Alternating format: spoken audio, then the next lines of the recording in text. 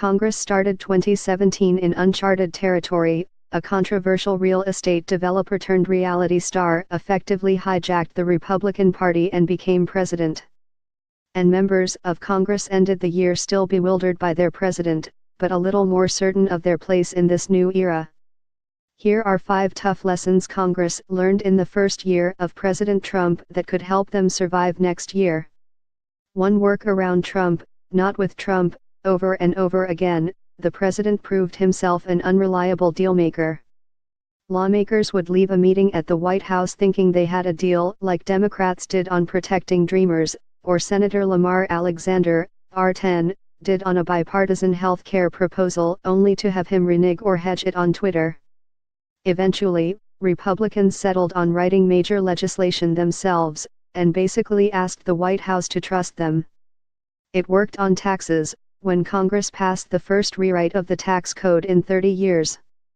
But that strategy failed miserably on an Obamacare repeal effort, where Trump blamed Congress for its failure, and he arguably had a point.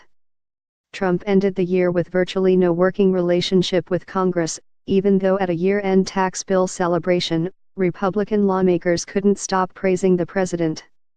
But the lack of cohesion could hurt both Congress and the president next year. One of the biggest challenges that Trump presents congressional Republicans is that he's not well positioned to help them overcome differences within the party, said Molly Reynolds, a congressional expert at Brookings Institution. 2. Bipartisanship is less useful than it used to be. This has not been a very bipartisan year, Senate Majority Leader Mitch McConnell, Kentucky, told NPR. That's spot on. Congressional Republicans' 2 major legislative accomplishments, putting Judge Neil M. Gorsuch on the Supreme Court and passing a tax overhaul, only got done because Republicans went around Democrats. Bipartisanship isn't entirely dead. A near-unanimous Congress forced Trump to implement more sanctions on Russia. Republicans also needed Democrats to pass a year-end spending bill when conservatives defected. But 2017 ends with the most high-profile bipartisan compromise still in limbo, a plan to subsidize health insurance premiums for lower-income people. 3. Both parties might be losing control of their base. Just how much sway do Republicans in Washington have over their own voters? It's a fair question to ask, since if Senate Republicans had their way from the start, Luther Strange would be the senator from Alabama, not Democrat Doug Jones.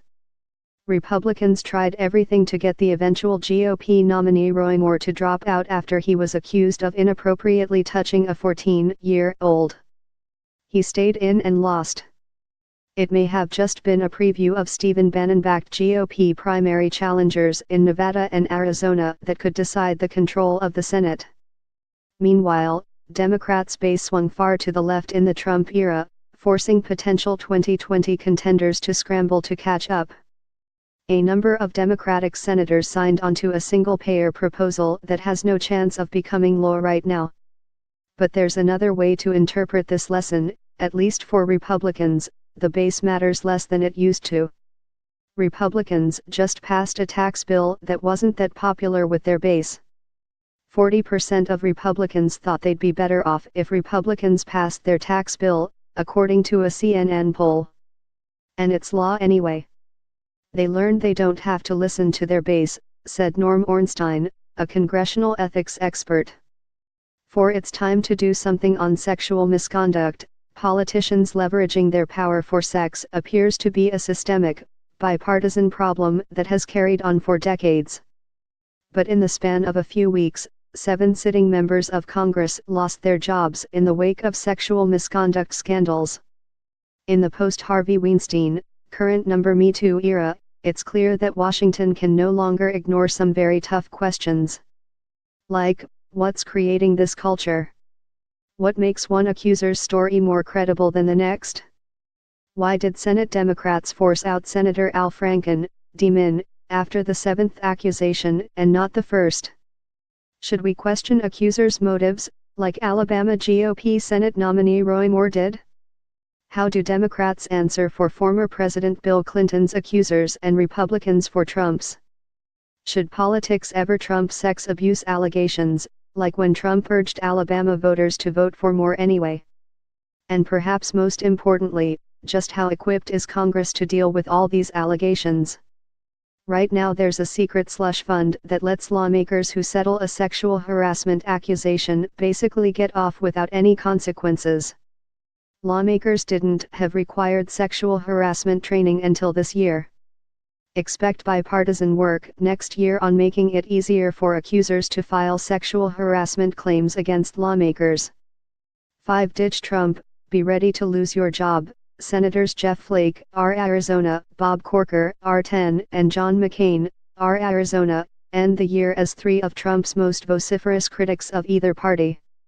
It's not a coincidence that two of those senators, Flake and Corker, are not seeking re-election.